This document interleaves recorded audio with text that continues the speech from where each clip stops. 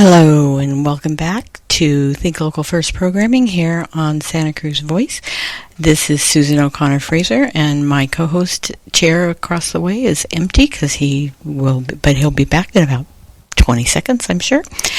And we are in the studio right now with Jennifer. Totally blew my mind away. Yeah, hold on. Let me get your audio up. Jennifer Merchant with the Gray Bears, as well as Kayla Traber, also with Gray Bears. So, let's see. Maybe that's why. Can you hear me now? No, we have a little bit of audio we're working on. So Jennifer is the executive director of Gray Bears, and Kayla is the development director of manager of Gray Bears. So, Jennifer, tell me about your journey to Gray Bears. What brought you to this organization? Sure. So, Can you hear that? I can hear you. Okay. There was some major buzzing in my ear, so I didn't know if that was audible to everybody. So I was in government service and nonprofit work through much of my career. I studied journalism in college and started out in the newspaper business as a reporter, and then became really interested in the stuff I was reporting on. So decided that following a path of service and community service and local government and nonprofit was the way to go. I lived in North Lake Tahoe for over 30 years. Lucky you. It was a lovely place to live and to raise a family, etc. But at some point decided I wanted to get closer to the coast. I've always loved water, which is why I landed in Lake Tahoe, but it's a lot warmer here in Santa Cruz. So I was looking for something on the coast where I could continue my service and really, in my quote-unquote retirement from government work, still continue to serve a community and grow an organization. Now, you're executive director, and you said you've been there almost 3 years? Yes. Yeah, I started in November 2023. So kind of as the pandemic was winding down, my partner and I moved here and found an Airbnb for a couple months. As you know, housing is a challenge. Rented a place for a couple years and finally just bought a place last year. So congratulations on that. It's kind of amazing. I still can't believe it. Totally. I know. I think of my grandchildren and how are they going to afford to live here? Yeah. Because I don't want them to move ever. I know that feeling. So, Kayla, tell us a little bit about your background and what brought you to Gray Bears. Yeah, well, I also am kind of a pandemic-centered story. I actually, a few years ago, was doing something totally different. I was a project manager at a vitamin company. Interesting. I know, it's so funny. A local one. And I really just had a moment in the pandemic amidst the CZU fires of just realizing how disconnected I was with our community. And I grew up in Santa Cruz. I love our Santa Cruz area so much. And I just wanted to have a role that was more involved and engaged and really be a part of the community. And the opportunity showed up at Gray Bears, and it was just an absolute dream. So I have had just the best time really engaging with all of our community, whether they be participants with our food program, whether they be recyclers, thrift shoppers, and volunteers. It's just an incredible community we have here. So, Jennifer, tell me about the history. I mean, the idea that you guys have been around since 1973 is just crazy. It's kind of spectacular. There are a few organizations in Santa Cruz County that have been around for a long time. So I think a lot of special things were happening in the early 70s to really kind of kickstart a lot of community serving organizations. Second Harvest is about the same age as we are. Right. So ours started by a UC Santa Cruz student. She had recently graduated. Her name was Christina Mayard, and she and her partner at the time, Gary Denny, noticed that their senior neighbors were really struggling with malnourishment and to be able to afford to put food on the table.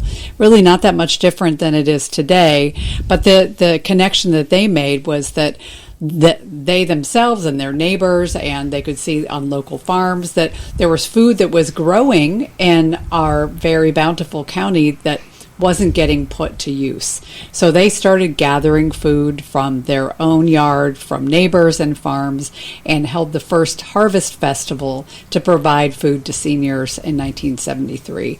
And an interesting thing that she found, I mean, she was in her 20s at the time, so really, I think such a visionary for her age, is she noticed that the seniors were happy to get the food, were happy to have more nutrition and affordable access to food, but they didn't want somebody just handing the food to them for free. They wanted to participate in gathering the food so that they could really serve their friends and neighbors themselves. So it was seniors helping seniors. And that's really what started to grow our volunteer base, and this notion of providing, having a hand in something rather than just getting a hand out. Right. And that still stands with us today, in addition to the values of reusing and recycling taking something that maybe could go in the garbage or into the landfill and making sure that it gets used. And I think that concept is very, 70s. You think of, the first Earth Day right around the same time. So that sort of thing, especially with a young college student, was, I think, very top of mind. I know it was for me, even though I was maybe a decade or so younger than she was. So that's how the volunteer base, creating community and really being a community of seniors and providing healthy food as well as a healthy lifestyle, because we know that health is not just about what you put in your stomach, it's also about the social connections you're able to make with people. And social isolation is such a big deal for seniors, and so many don't continue to make connections. Maybe their friends have fallen away or they've moved away. Maybe they don't have nearby relatives, children, grandchildren. And we find that Gray Bears is a real kind of respite, a place where people can find a way to be themselves in a community of their choosing. And to feel valued, Exactly. because they're doing something so important they're... Yeah, every time you give your time, you're getting something even bigger in return. And that's when I first stepped onto the Gray Bears campus and I saw so many people smiling and feeling good about what they were doing, and it was this kind of chaotic dance of moving food around and lots of people standing in line, but people pitching in at the same time. It's what really inspired me and made me realize this is a place I want to be, this is the place I want to lead and continue to improve in the future. It's just a happy place, a place where people come to feel good in so many different ways. So has this become a model for other communities to, what you've done? I think of, you mentioned Second Harvest Food Bank, and we'll get back to that and how you guys work together, how there's room for both of you. But they were like the second food bank in the country, and the first in California. I mean, just the pioneer aspect of what that work was all about. Is that also true with Gray Bears? Is that you guys, other people have said, how are you doing this? And we do get that question a lot. Are we replicated elsewhere? I mean, Gray Bears is original and unique to Santa Cruz County. I know a lot of organizations in the state of California and across the country do similar things to what we do, collect food, provide food for people, either whether, it's groceries or they turn it into meals like we also do. We have 3 parts of our food program. We deliver food. People can come on site 5 days a week and pick up food. They can come on weekdays, 5 days a week, and get a hot lunch meal. So a lot of places do components of those things. And also places use thrift stores to raise money for their special mission. And so we're not unlike, but we're unique, really, I think, to Santa Cruz in the way we do things and the way we really push recycling and reuse forward. I mean, it's not just you can come recycle your cans and bottles or scrap metal. It's the thrift store is really pushing that model of reuse. The people who are repairing things that then can go back into a store, and the fact that we're using that to raise money for food for seniors. We compost food that isn't that can't be used any longer. We give food away to pig farms if it's not edible for human consumption. So really that reusing and recycling piece of it, I think, is what makes us unique and uniquely Santa Cruz, and just something special in our community. What did you know, Kayla, about Gray Bears, and what surprised you since you've been working with them?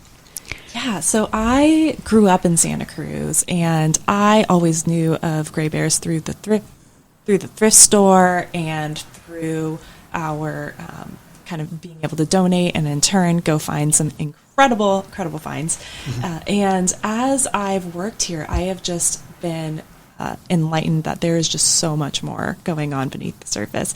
I mean, it is truly a lifesaver for so many seniors that really rely on that consistent access to fresh produce.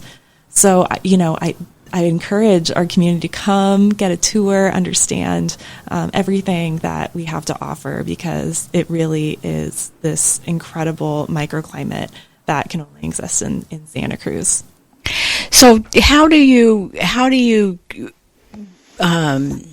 complement what Second Harvest is doing, and how do you guys work together, or how does that work? Yeah, great question. We are one of their partner agencies, so they are, the food bank for the entire county. So we, along with 65 other partner agencies, receive food through the food that they gather.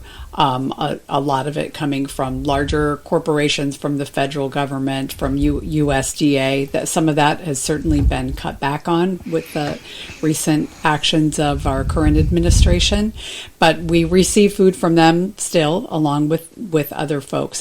They represent in the neighborhood of 20 to 25% of the food that we receive.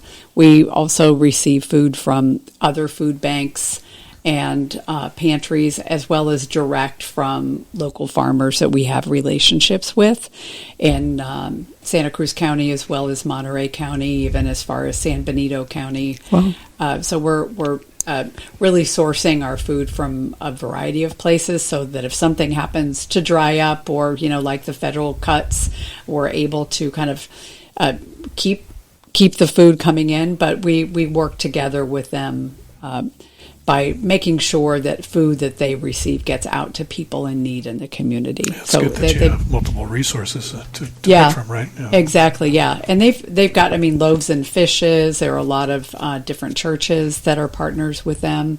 And we all have kind of our place, whether it's a geographic place or seniors or, a lot of us coming together to make sure food gets out into the community. So we couldn't do it without them, and they couldn't do it without us. All of us are in this together. Isn't just so interesting, that dichotomy you were talking earlier about being able to afford a home? So you have this cost of living with Santa Cruz is like the highest cost or something in the nation, and then you have so much need. It's just, those of us that fortunately aren't in that position of needing help at this moment, just may not recognize the incredible need that exists in our community. It really does, and as costs increase, that need increases with it. It's whether it's your SNAP benefits, now those are being cut. As many as 70% of the people we serve are receiving those benefits, so we know that they're going to need more from other sources if they're not getting it from those sources today. And we also know that Santa Cruz County is the fastest growing senior population in the state of California. We have more seniors per capita than any other county. Wow. And it's amazing. And that continues. They've got kind of views into the future that show that that's going to continue for some time. So, we're preparing for that kind of continued growth of seniors. And I would say beyond the financial need, seniors need healthy food, whether, it's because they can't afford it, or even if they can afford it, ensuring that people get food to their doorsteps, because it's so easy. I mean, I find even in my busy life, gosh, if I don't have to go to the grocery store, and if I can, get a whole bag of groceries for a reasonable price, it's not that I can't afford it. It's making me healthier because I'm eating fresh produce instead of maybe fast junk food that I could eat more readily. And we also source a lot of organic produce. That's a focus of ours. We work with a lot of organic farms, many of them, most of them local farms, providing food. And we also know that organic food is just that much healthier for seniors when maybe your immune system is not what it once was. Making sure that you're getting clean food in your body is extremely important. So for everybody needs healthy food. That is true, and that's a good thing to take a break on. Yeah, so we're going to go to our first break here, and as you can hear, Mr. O'Connor Fraser, he's back. He's back. And so we'll go to our first commercial break here. This is Susan O'Connor Fraser. Sam O'Connor Fraser. Here on Think Local First Radio on Santa Cruz Voice. So please stay tuned, and we will be back after these commercials. It's time to enter your best in this year's Santa Cruz County Fair. A hobby collection, favorite pie, cookies, photography, art projects, flowers, fruits and vegetables, quilts, Legos, and more. Most entries close August 21st. Entry information is available online at santacruzcountyfair.com, and while you're there, take advantage of pre-sale ticket packages. That's santacruzcountyfair.com, and we'll see you at the Santa Cruz County Fair. I've got a question for you. Do you want a lower car payment just by making a phone call? You know, most people buy a car and they pay whatever the car dealer says their interest rate is, and they forget about it and make payments. But did you know there is a secret in your contract that allows another company to refinance any car payment to try and lower it? It's true. There is indeed a company out there that knows the ins and, more importantly, the outs on car loans, and they know how to lower your current car payments. It's easy and fast, and you could have a lower car payment next month. Make this free call right now and find out if you could lower your existing car payment. Call the Car Savings Hotline right now. The call is free. Call now, 800-471-4435, 800-471-4435, 800-471-4435. That's 800-471-4435. Attention content producers. You can have access to a complete digital media production facility at Satellite Co-working and Digital Media Studio on Soquel Avenue. Easily rent video and audio equipment, a studio with green screen, editing suite, and audio booth, all at can't say no rates. Schedule a tour to see for yourself at satellitecoworking.com. Mention Santa Cruz Voice for 20% off your first reservation.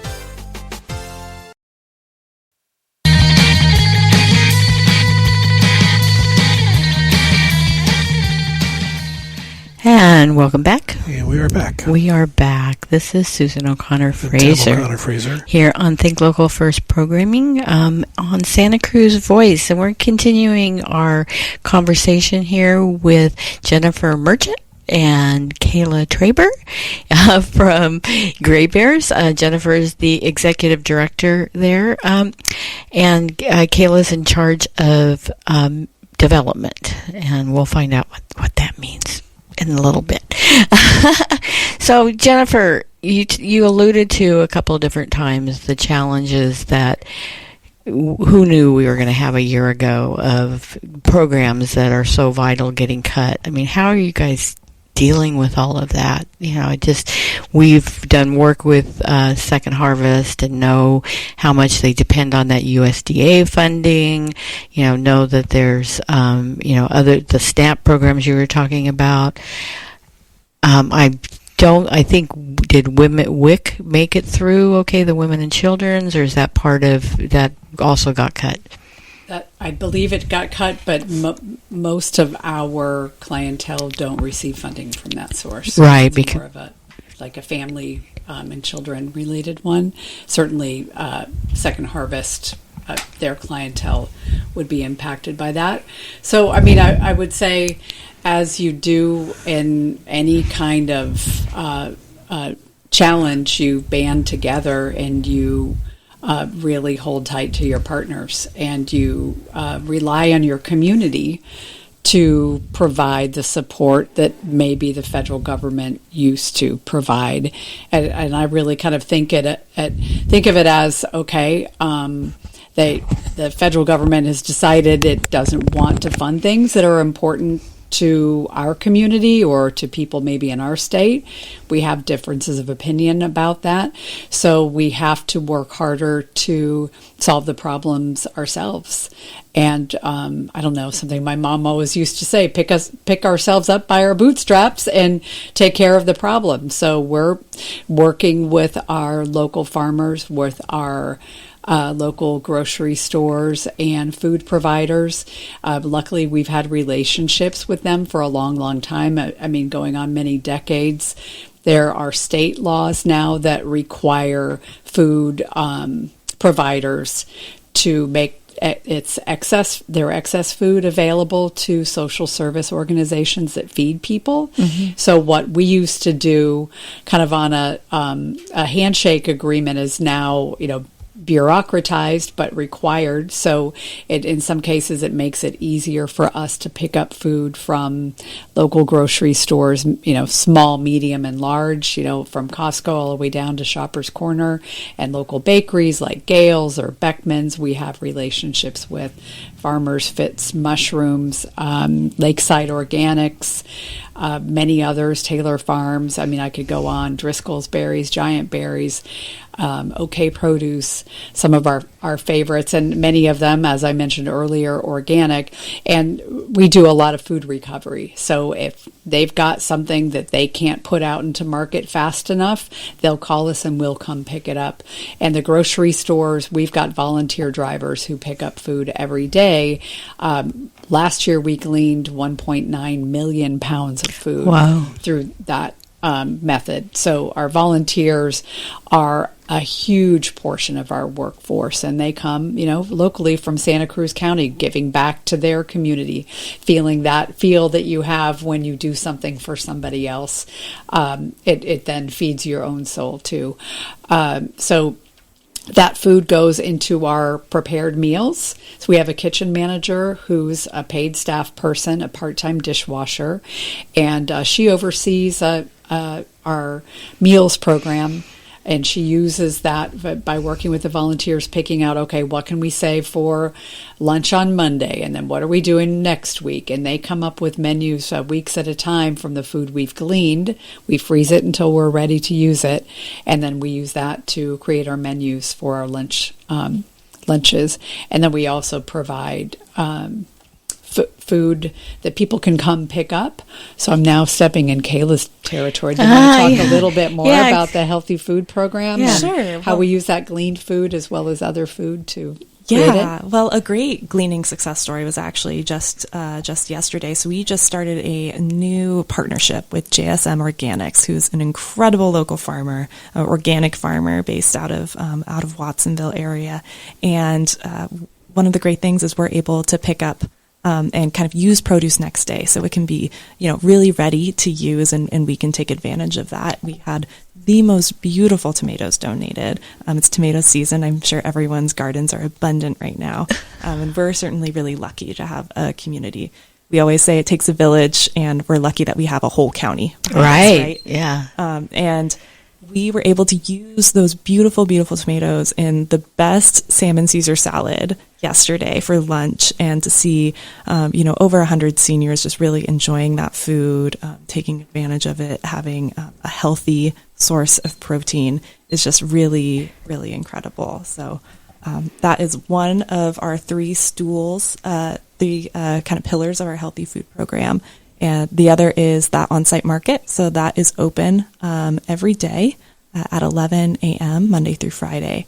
And that's open to the community at large to enjoy.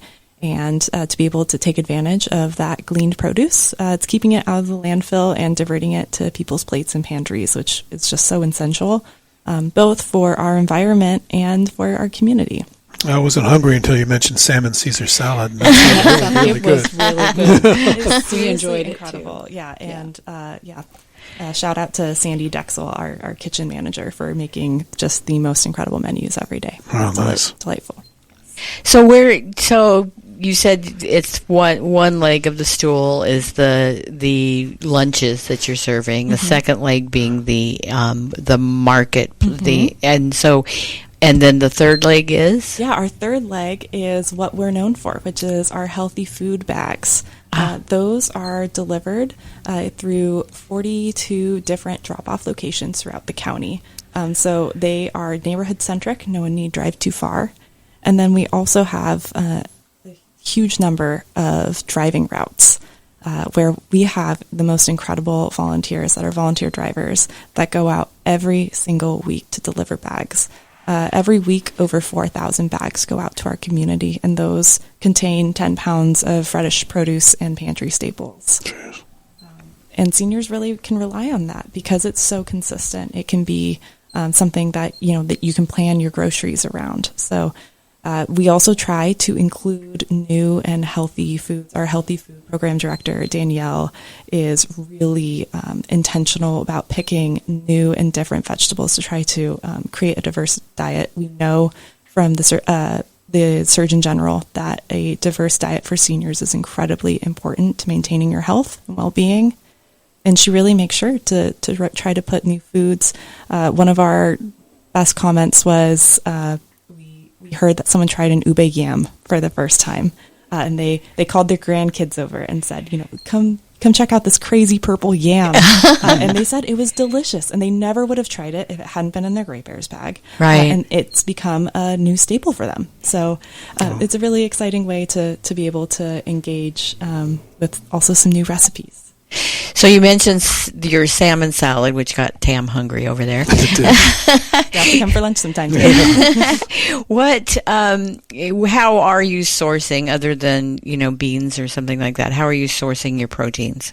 Yeah, great question. We really rely on our community partners. We're not able to do that without our community partners. And one that we're especially excited about right now is a partnership we just started with the Monterey Bay Fisheries Trust. Oh, okay. Which provides this incredible access to local fish that is delicious and incredible straight to seniors' plates. So it's a really great way that we can engage local farmers and local fishermen to be part of this food solution, especially to those that are most vulnerable.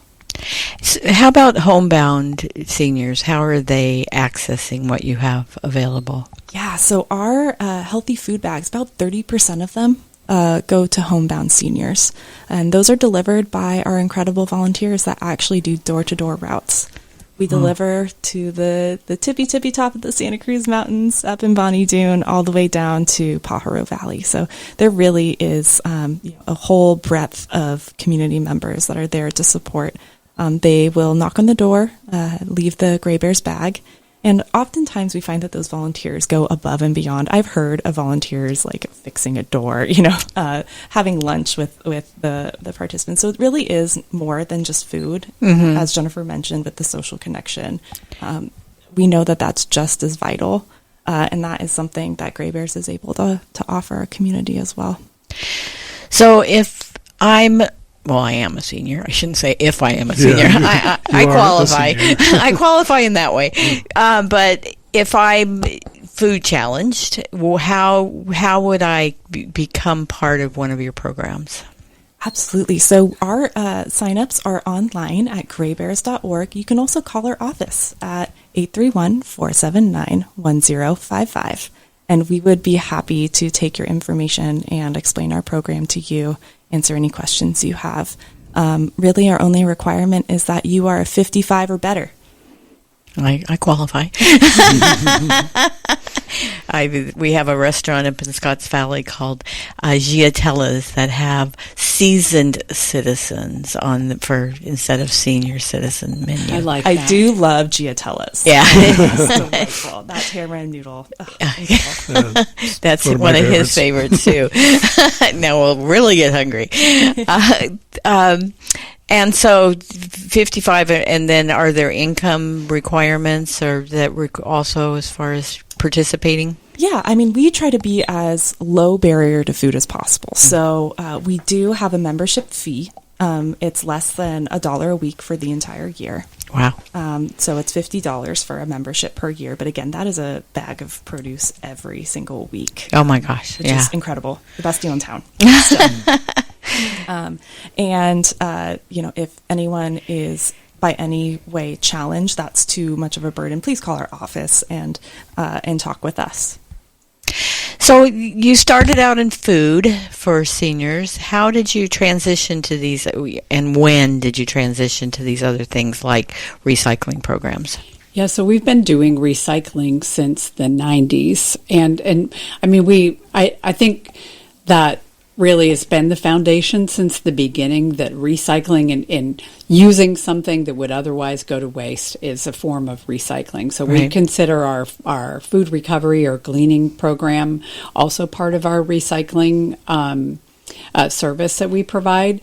And it's really over the years become a way for us to generate revenue for our senior food program. So both our thrift store, where people donate things, so again, recycling, making sure that they're going to have a second or third life, and using the revenue from that and from cans, bottles, scrap metal for our senior program has been a source of revenue. A lot of nonprofits really rely mostly on donations and grants. While we do have donations and grants, and that's certainly a share of our program, about over 80% of our revenue comes from our thrift store and our recycling. So it's been a way to utilize our values of reusing and ensuring that things don't go to waste, and using that as a business metric for us to raise money for our main senior food programs. It's definitely, I mean, you think of places that recycle paper or cardboard, but you guys take just about everything out there. Well, we used to take more than we take now. The recycling market has changed a lot with great regulations that have been put in place. It used to be kind of like, well, if you're environmentally conscious, you might go to Gray Bears and recycle your things, but now you don't have to go to Gray Bears. You can do that with most people in the county have all of the, I think I have 4 bins at my house. Something like that. Sometimes I'm not even sure, like, what's the difference between these two, but garbage and recycling cans and bottles, and then there's yard waste and then food waste. Yeah. So it's easier for people to do that from their homes now. So, and that is really become the case across the country. So it's less easy for us to make money doing it when it's so readily available elsewhere. So we no longer recycle cardboard, which is a bummer, but we were losing money on it. We were getting like 2 cents a bale for it, and it was costing us more to transport it than we were actually making. So we stopped doing that. We used to do styrofoam, and that just also was very messy and toxic, and we decided that wasn't a great mix with what we were trying to do for healthy seniors on the same campus. So that we don't do those things, but cans, bottles, scrap metal.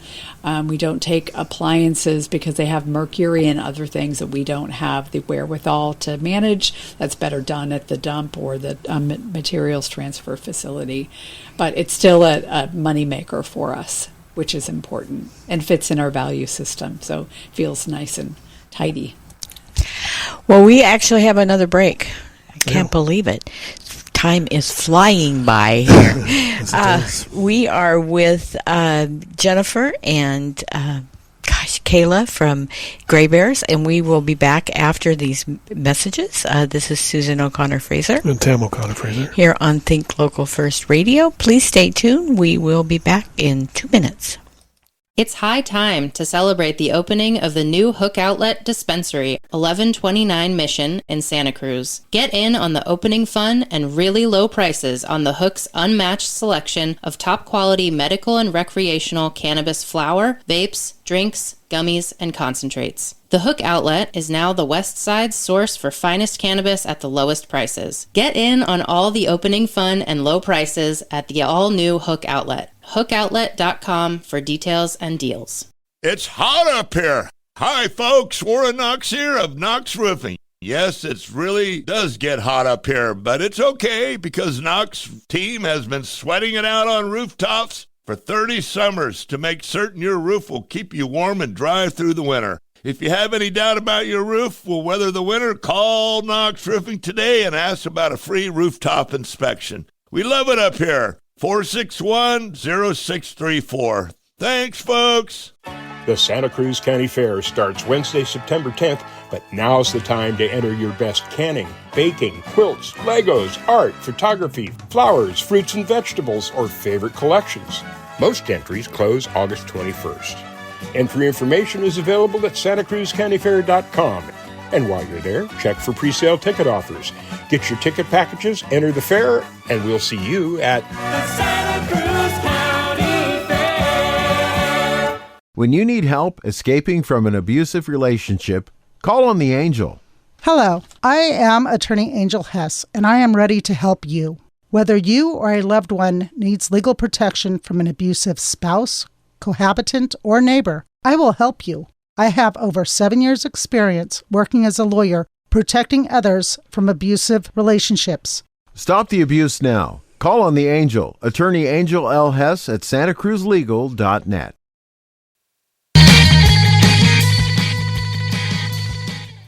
And we're back.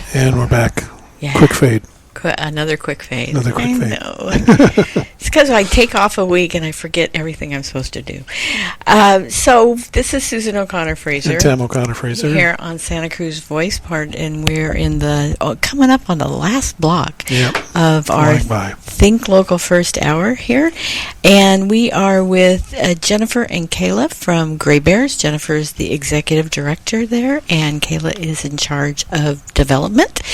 And so we talked through some of the different programs that you have. Tell me a little bit more about the thrift store. You know, if I came into the thrift store, what might I find? Wow. Any given day, you can find just about anything. I walked by today after lunch, and there was a gentleman in there playing a violin that we had available for sale. He picked it up, and I heard this music, and I thought, is that live or is that a recording? And it was a guy just standing in the furniture area playing a violin. So, I mean, really, you can find anything. One of our recycling pieces that we haven't discussed yet is electronic waste. Oh, so yeah, we that's accept true. that, and we, depending on the quality of the electronic waste, if it's a working television or laptop or telephone, we resell that in our electronics store. Our thrift store has 5 different pieces, so that we've got an electronics store. We've got a bookstore that is run all by volunteers. Some of them used to be bookstore owners themselves, so they're very good at curating stuff. They look up books, and if the books are more valuable than $10, they will sell them on Amazon. We have an Amazon online presence, and it's another way of making money with things that our local community gifts to us.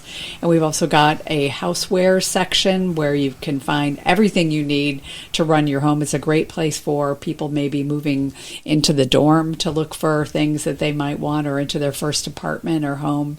And then we've also got furniture. And something very unique to Gray Bears is we have a medical area, so used medical equipment. It could be a walker or, a boot if you've broken your ankle, or even a scooter or a cane. All kinds of medical equipment and other pieces of things that you might need, we've got available. And it's a really important way for people, because that stuff is very expensive to come, and there's nothing wrong with something that's been used maybe for a month or two. It's perfectly usable. So we accept that. We have a team of volunteer former nurses who will go through things and make sure it's okay to resell, that it's in good working order, or it hasn't been opened, it's not expired, and we make those things available at very affordable prices for people who need them. So that's an important part of our thrift store. We won the Good Times Thrift Store of the Year this year. So 7,000 square feet of really cool finds. I mean, I meet people there regularly who come on like a daily or weekly basis just to look for things. Good stuff. Yeah, and there are a lot of good finds, and we do specials all the time. We'll sell a bag of clothes for $13, and we also work with other nonprofits, helping people.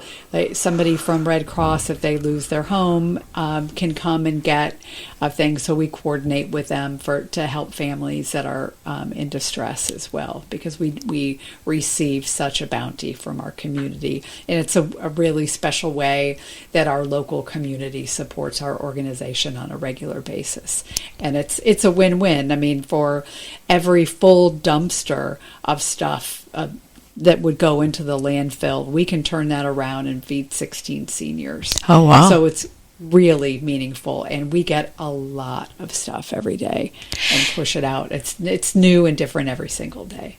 In your electronic waste area, which is also something we've personally taken advantage of, is do you have people there that are, have skills to refurbish and make it ready for resale? Again, our great volunteer workforce. We have over 700 volunteers, 20 different volunteer jobs. So really something for everybody. And there are a lot of tinkerers and kind of tech people who will come and take apart those computers, and if they're not working, they sometimes can repair things on a circuit board, or they'll take out the components, and then we package those and sell those online. So we really comb through things to make sure that we're getting everything out of them. And then if they cannot be reused or parted out, we will recycle those, and we work under a state regulatory agency to package things properly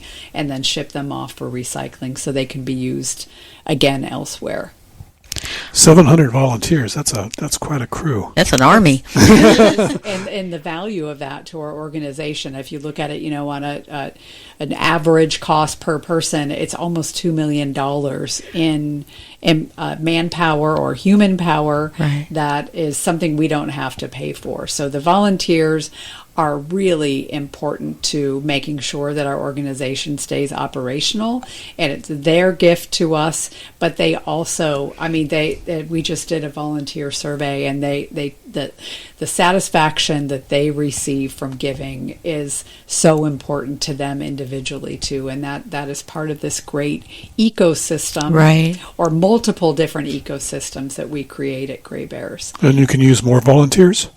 Absolutely, always. Yeah. We do volunteer group tours every Wednesday, so people can call that same number, 831-479-1055, or go on our website at graybears.org and click on volunteer and schedule time for an orientation and a tour, and decide what they might be interested in. Is there like a minimum amount of time you have to devote, or is it? No.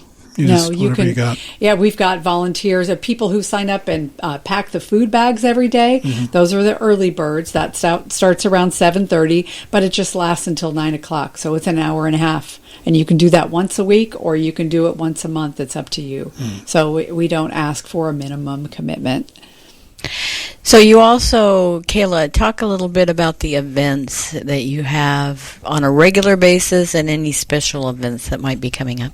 Yeah, two especially come to mind to reference our beloved Tinkerer volunteers who are just incredible.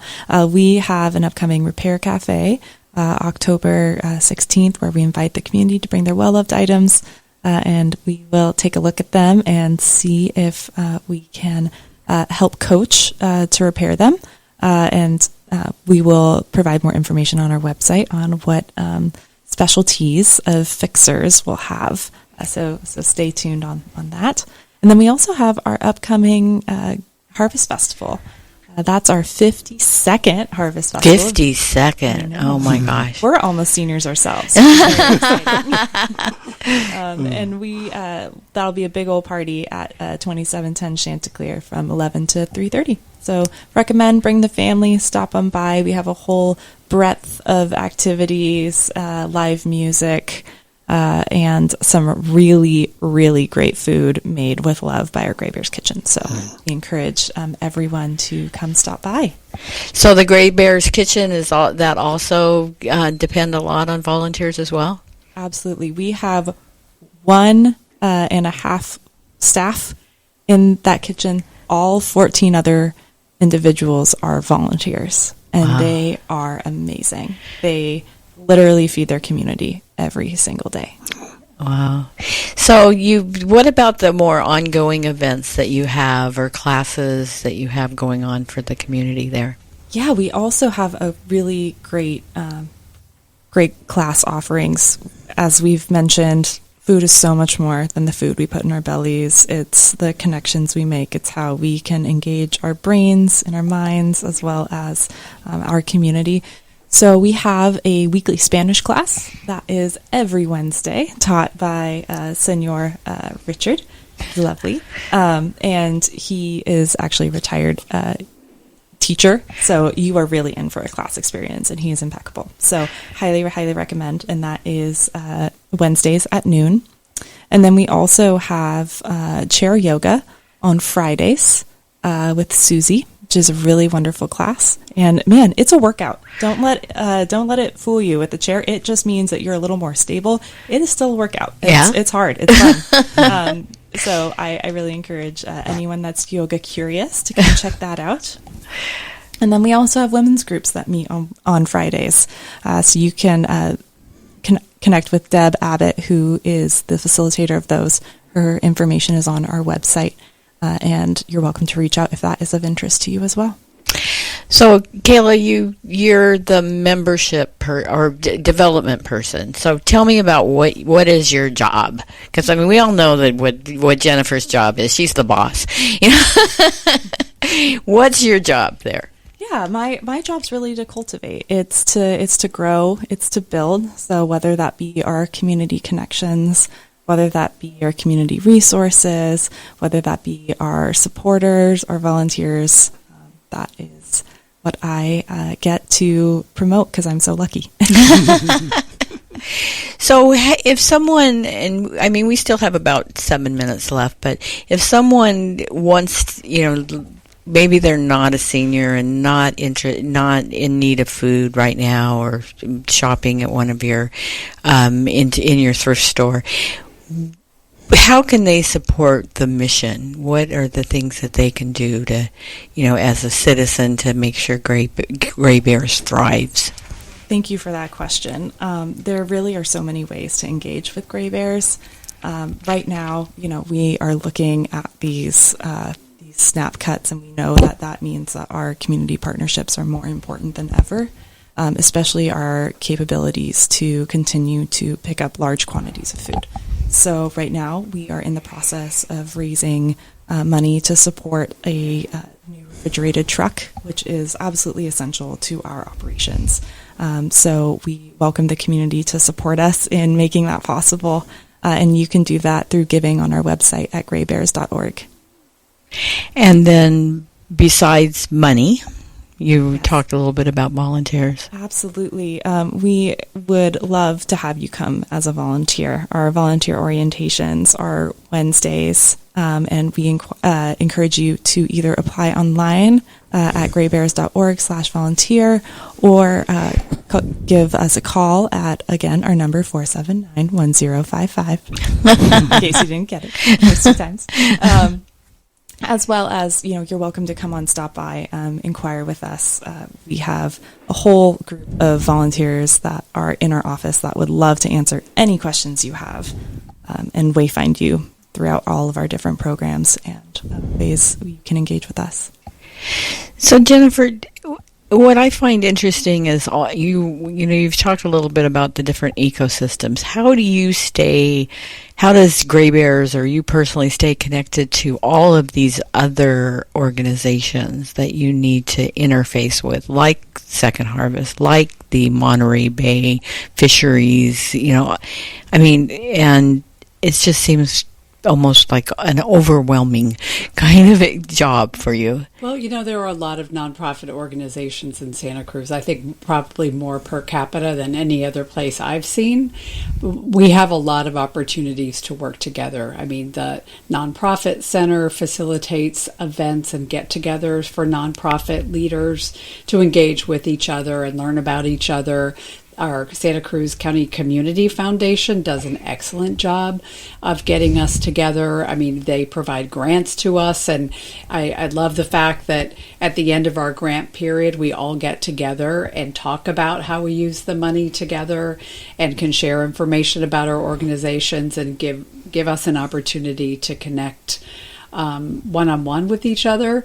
So, there are a lot of things in our community that we engage in where we just, learn about partners that we didn't even know about before, on housing issues. We're working with Housing Matters or the Diversity Center or the Conflict Resolution Center, DNTES. Right. I'm on an oral health advisory board, and we started coordinating with DNTES, and we are a mobile dental clinic location for them now, so surveying about a dozen seniors a month to get their teeth checked, because obviously that's the gateway to making sure you can eat food, is you've got to have a healthy mouth, right? Right. And so important for people's health. So we're always working, to connect with each other, because there's so much crossover, and really the stronger we are together, the stronger and better opportunities we can find to serve the same people in our community. I mean, it just seems like there's so many different things, because you are talking about environmental issues and the environmental organizations. You're talking about, obviously, the food situation and people that are, need the food services that you provide. It's such a crossover between all these things. And like you talked about Housing Matters and the housing situation, I imagine you learn from your own clients as well as volunteers of issues they're dealing with that maybe you can't help them with, but you can refer them. Yes, we do a lot of references, and we've got a little booklet with a list of references, so if somebody needs something that we can't provide and we're not sure where to send them, we can figure that out. And our partners do the same thing and send people our way. So it's a great synergy. And, Santa Cruz is a small community, really, when it comes right down to it, so we do a lot to look out for each other. Well, we've got about a minute left here, so again, tell us how people can find out more information about Gray Bears.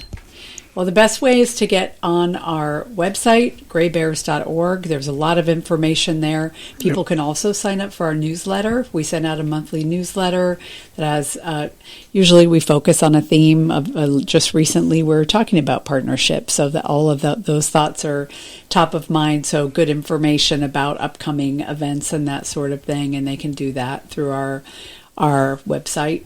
And Kayla, do you have any more ways you would recommend? Also, come on by. We would love to give you a tour. We'd love to share what we're doing with you and to engage with you. Yeah, if you're not familiar, they're on Chanticleer, right near Dominican Hospital there, and kind of at the end. It's kind of an amazing little loop that you make. Oh, yeah. We're now at the bottom of the Whale Bridge, so we have that great connection to the entire Live Oak community now, which is awesome. Oh, yeah. And you have some recycling centers in other parts of the county as well. Yes, in Ben Lomond and Buena Vista. Very good.